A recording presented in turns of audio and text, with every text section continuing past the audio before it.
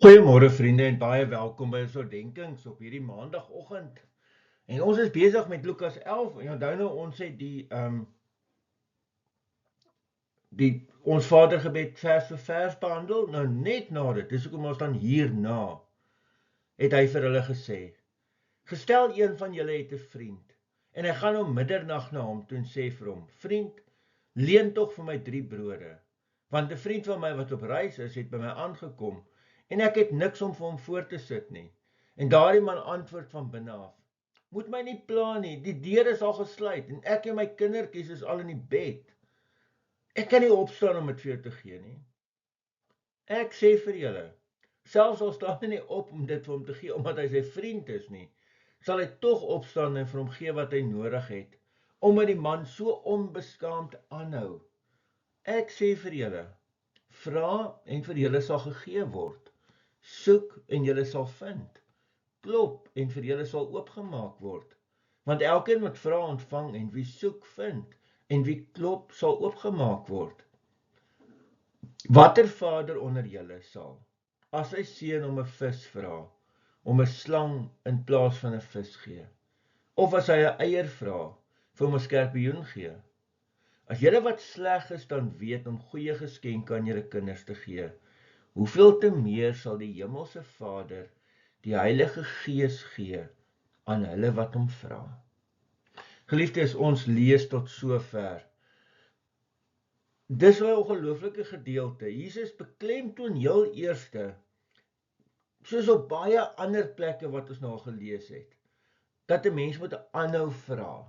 Nee, dis hierdie mooi beeld van hier in die middel van die nag kom 'n ou by jou. Kyk, ek sal nou self bietjie geïrriteerd wees as iemand om middernag vir my kom vra vir brood. Maar nou staan nou maar op en jy gee dit maar vir die ou, want hy hou ook nou aan om in die middel van die nag te klop en te vra, né? En dan sê Jesus, en julle wat mense is, né? Ons is mos inherënt eintlik sleg. Ons sal vir ons kinders goeie goed gee. En hoeveel te meer sal die hemelse Vader die Heilige Gees gee aan hulle wat hom vra. Dis baie interessant dat Lukas, en ek het nou vir baie keer gesê, Lukas lê ekstra klem op die Heilige Gees. En hier weer sien ons dit. Dat Lukas wil eintlik sê, dis wat ons moet vra. Hoekom is die Heilige Gees vir Lukas so belangrik? Hy praat die hele tyd daaroor. Dit moet vir hom baie belangrik wees. Ons weet, Lukas is die ou wat die meeste, wat ek wil amper sê, rasionele, akademiese navorsing gaan doen het oor al die gebeure. Hy sê dit ook dat hy dit gedoen het. Ons vermoed ons hy was 'n mediese dokter, so moontlik baie intelligente persoon. En Lukas verstaan blykbaar dat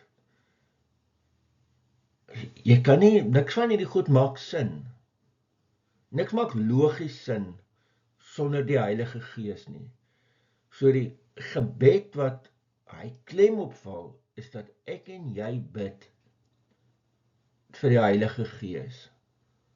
En dan ook elke dag vir die leiding van die Heilige Gees op hierdie pad wat ons wandel. So mag ek en jy dit doen. Amen. Here almagtige God, dankie ook vir hierdie gedeelte. En ja, Here, ons bid vandag spesiaal dat ons die werking van die Heilige Gees mag beleef, dat die Heilige Gees vir ons lei, ook in ons denke, veral in ons denke, en dit wat ons dink oor Jesus. En ja, ook lei op 'n pad van gehoorsaamheid vandag. In die naam van ons Here Jesus Christus. Amen. Vriende, mag jy 'n baie mooi en 'n baie geseënde dag hê. Totsiens.